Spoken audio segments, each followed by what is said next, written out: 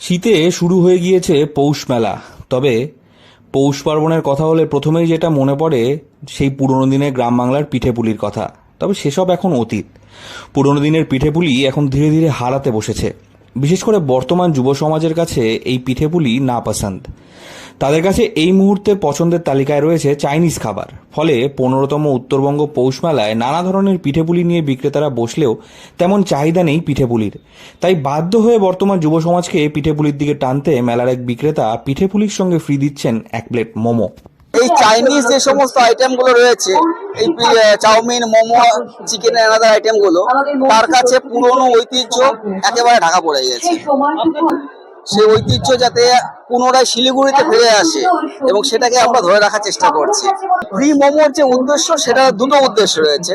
1 নম্বর আমাদের পুরনো ঐতিহ্যকে ধরে রাখা, 2 নম্বর ইয়ং জেনারেশন যেই কাজটা করছে, মানে যারা চাইনিজে চলে যাচ্ছে, তাদেরকে জাস্ট আমাদের পুরনো ইয়েতে টেনে আনা। এর জন্য ইয়ং এবং নিউ এবং ইয়ং দুটো জেনারেশনকে একটা মেলবন্ধন আমরা করতে যাচ্ছি।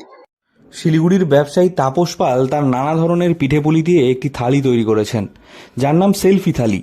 এই সেলফি থালির দাম 150 টাকা। তবে এই থালি নিলে তার মধ্যে পাবেন বেশ কয়েক রকমের পিঠেপুলি, সেই সঙ্গে একেবারে বিনামূল্যে মিলবে 1 প্লেট মোমো। ব্যবসায়ী তাপসবাবু জানান, বর্তমানে যুব সমাজ চাইনিজ খাবারের প্রতি বেশি আকৃষ্ট হয়। তাই যুগের সঙ্গে তাল মিলিয়ে পুরনো দিনের ঐতিহ্যের পিঠেপুলির সঙ্গে চাইনিজ খাবারকে এক জায়গায় করে পিঠেপুলি খাওয়ার যে স্বাদ এবং আনন্দ তা বর্তমান যুব সমাজকে বুঝিয়ে দেওয়ার উদ্দেশ্যেই এমন অফার দিয়েছেন তিনি।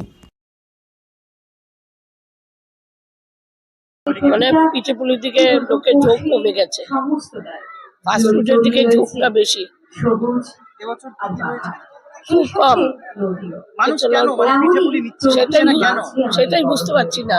এখনের যে জেনারেশনটা, ওরা পিঠেপুলির থেকে ওদের এই মোমো, চাউমিন, এগরোল এসবের দিকেই ওদের ঝোঁকটা বেশি।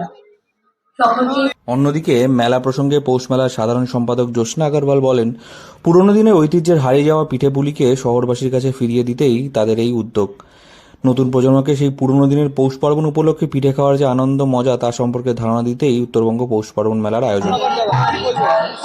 হ্যাঁ দাদা, আসলে পিঠাপুলির পাশে এখন বর্তমান আমাদের যে ইয়ং জেনারেশন আছেন, এখনকার আমরা যারা আছি, তারা আসলে ফাস্টফুড বা চাউমিন বলেন বা চিকেন বলেন, এগুলোর প্রতি আমাদের একটু আসক্তটা বেশি, যার কারণে দিন দিন এই শিল্পটা হারিয়ে যাচ্ছে।